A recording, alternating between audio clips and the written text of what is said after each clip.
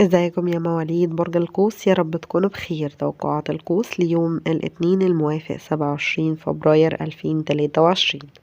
هتعتقد انك القوس الفكري القوي، لكن عندك ارتفاع اخير في تموينك وفي وظيفتك، هتكشف بيها عن مواهب كتير، قدرات جديدة للفلوس اللي هتبقى عندك والاعمال. الوقت مميز جدا لو حبيت تحافظ على حظك الحلو وتنجح فيه.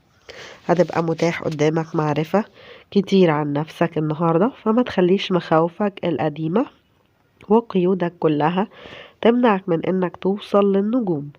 قدراتك اعظم من اللي انت بتدركها في الفترة دي. بالنسبة ليك هتبقى عينيك دايما مفتوحة على جايزة كبيرة فيها جزء من تدريبك البدني والجسدي.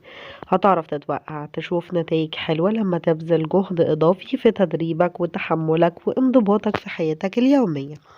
طريقتك الوحيدة عشان تحقق أمنية بالنسبة ليك، سواء كانت متعلقة بالشغل أو حتى بالحب، هي من خلال المثابرة. هتعرف تحدد أهداف كتير، هتعرف تتبع نظام غذائي صحي، هتعرف تساعد عاداتك الصحية كتير في انك تحقق كل احلامك اللي عندك. بالنسبة ليك النهاردة هتستدعي وضع حالي انك تتبع اوامر كتير شخصيات فيها سلطة بشكل اعمى، بدل من انك تتابع اوامر بشكل منضبط. هنصحك بانك تسأل اسئلة وتتوخى الحذر فيها، لان ده هيبقى حقك انت النهاردة وشريك حياتك بحاجة انكم تلاقوا سبب تضحكوا عليه. اليوم مناسب جدا ليكم لو حبيتوا تمشوا لمكان جديد، تحددوا بيه وجبة جديدة تاكلوها، تستمتعوا بصحبة بعضكم لبعض.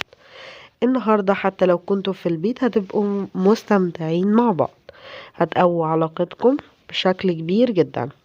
ممكن ما يكونش الوقت ده افضل وقت لو حبيتوا تسافروا، لكن هتحصل حوادث كتير تعتبر مش حلوة في الطريق، فحاولوا تتجنبوا السفر. في فرص كبيرة هتبقى بتواجهكم، في عقبات هتبقى من شأنها تعطل السلام اللي عندكم، خاصة في رحلتكم. هيكون من الأفضل تأجلوا كل الخطط اللي ممكن تبقى بتؤدي للسفر في اليوم ده، وتركزوا على الشغل اللي كنتوا بتتجنبوه الفترة اللي فاتت.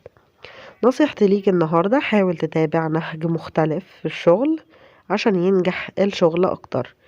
نصيحتي للعزاب، خلي بنفسك النهاردة الحاجات الساخنة أكتر والكلاسيكية ليك.